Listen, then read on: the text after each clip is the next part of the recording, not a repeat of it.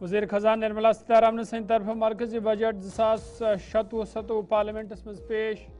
وکست Bharat M S M E صحت دفاع تو دویمن شعبن پہ خاص توجہ سیاحت پوچھر دن بابت جموں کشیر مز ماؤنٹین ٹریلن ہند آغاز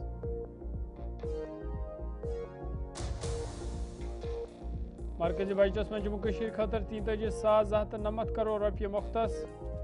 پتمہ بجٹ نش 2,000 کروڑ روپین ہند اضاف یو ٹی لداخ خاطر 4,869 کروڑ روپیہ مختص پگہ پہ جموں کشیر اندر بجٹ اجلاسک آغاز سپدے لیفٹیننٹ گورنر منوج سنہا سند خطاب ست 6 فروری کر وزیر اعلیٰ عمر عبداللہ جموں کشیر ہند بجٹ پیش شہر خاص ڈاون ٹاؤن سری نگرس مز پی ڈی پی طرف کت بات پروگرام سنز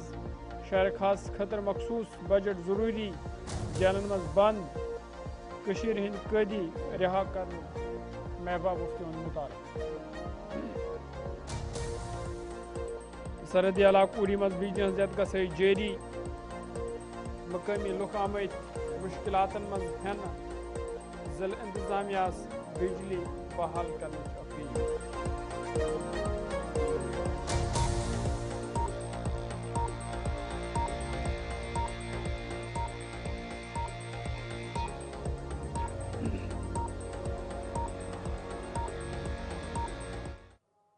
السلام علیکم ناظرین کوشر خبر نامہ ظہور لولابی تہندس خدمت مز حاضر تو پیش خبرن ہز تفصیل مرکزی خزانہ وزیر نرملا سیتارمن سند طرف آواز پارلیمنٹس مز مرکزی بجٹ 2016-17 پیش کرنا یت مز Viksit Bharat M S M E صحت دفاع تو دویمن شعبن خاص توجہ دناو بجٹس مز عوامی سرمایہ جاتی اخراجات باپت 12 لچھ کروڑ روپیہ تھونہ آمد یمک مقصد روزگارک نئی موقع پود کریں تو نجی سرمایہ کاری پوچھر دن مینوفیکچرنگ تو ایم ایس ایم ایز شعبہ مزید مضبوط بنانے خاطر 10,000 کروڑ روپیہ مختص تھونہ آمد یل زن مائکرو انٹرپرائزرن 2,000 کروڑ اضافی مدد فراہم کرنے ٹیکنالوجی ہندس شعبس من 6 اے آئی کیپسٹی بلڈنگ مشنز خاطر 50 کروڑ روپیہ مختص تھونہ آمد صحت تو بایو فارما شکتی مشن خاطر 10,000 کروڑ مختص تھونہ آمد یوتھ سپورٹس خاطر کھیلو انڈیا مشنک اعلان کرنا آمت یوتھ نوجوان روزگارک نئی موقع فراہم سپدن سیاحت مزید پوچھر دن بابت یہ ہماچل پردیش اتراکھنڈ تو جموں کشیر مز ماؤنٹین ٹریلن ہند آغاز کرنا یل زن درست ملکس اندر 15 آثار قدیمہ قائم کرنے یمن مز لیہ پیلس تہ شامل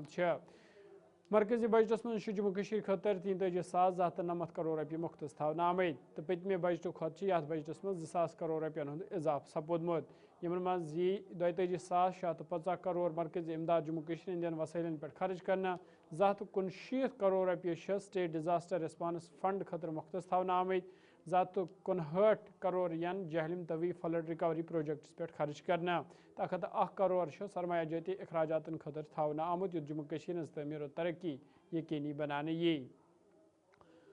یو ٹی لداخ خاطر مرکزی بجٹس من 4,869 کروڑ روپیہ مختص تھونہ آمد 2,542 کروڑ ریونیو اخراجات خاطر تھونہ آمد یل زن 2,327 کروڑ کیپٹل اخراجات خاطر مختص تھونہ آمد یوتھ لداخس من سڑک آب بجلی صحت تو سیاحتس مزید پوچھر دن